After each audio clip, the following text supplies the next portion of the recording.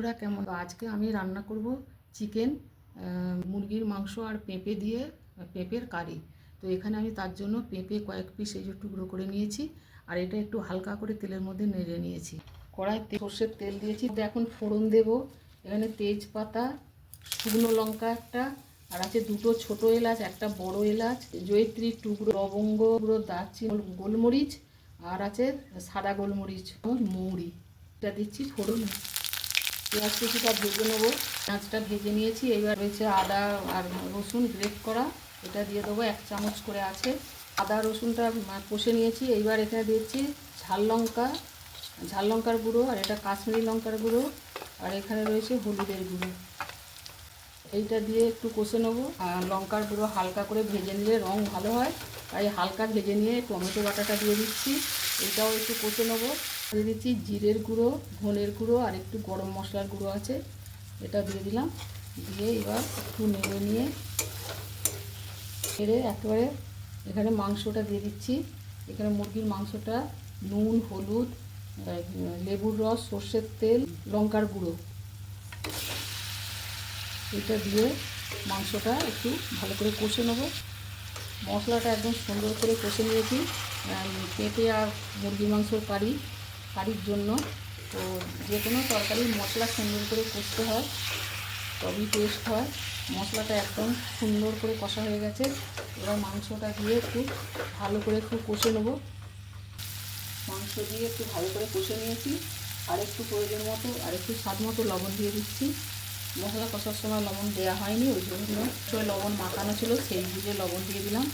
মাংস তেমন জল ছিল না, তাই সামান্য একটু করতে হবে। এখনও মাংসটা আরও ভালো করে আরও কিছুক্ষণ কষতে হবে। গরম জল দিয়ে মিনিট 5-এর মতন কষে নিয়েছি। এই দেখুন কত সুন্দর কষা হয়েছে। এবার এই যে পেঁপের টুকরো হালকা করে ভেজে রেখেছিলাম, এটা দিয়ে দিচ্ছি। কাঁচা লঙ্কা। আজকে মাংস থেকে তেমন জল বেরোয় নেই, এটা গরম জল দিয়ে তারপরে কষছি। অনেক সময় এমনই জল বেরোয়, তাতেই কষা হয়ে যায়, চিকেন কারি হয়ে যায়। ভালো করে কষে নিয়েছি। সেদ্ধ হওয়ার জন্য একটু জল দিতে হবে। পেঁপে আর মুরগির মাংসটা অল্প দিলাম।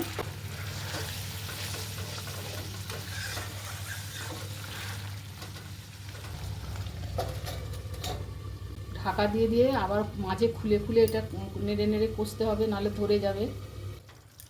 মাংসটা আর পেঁপে মোটামুটি সেদ্ধ হয়ে গেছে। এবার এতে লাস্ট মিট মশলা 1/2 চামচের বেশি আছে, এই মিট মশলাটা লাস্টে দিয়ে দিচ্ছি। দারুণ স্বাদ হয় এটা দিলে। মশলাগুলো সবার সাথে মেশার জন্য আর একটু ফুটিয়ে নেব। অল্প একটু ফুটিয়ে নিলাম মিট মশলাটা দিয়ে। এইভাবে শেষের দিকে মিট মশলাটা দিয়ে দেখবেন কত সুন্দর স্বাদ হয়।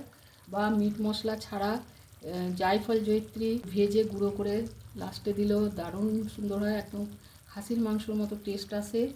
এছাড়াও শেষের দিকে কসৌরি মেথি ভেজে গুঁড়ো করে দিয়ে আর অল্প ঘি দিয়ে লাস্টে নেড়ে নামিয়ে নিলে সেটাও দারুণ টেস্ট হয়। বন্ধুরা বললাম যেগুলো আপনারা খেয়ে দেখবেন। মুরগির মাংস আর পেঁপের যে কষাটা করলাম আমার রেডি হয়ে গেছে। কষা ঝাল সব কিছু সুন্দর আছে। আপনারা মনে করলে এতে একটু চিনি দিতে পারেন, আমি দিইনি।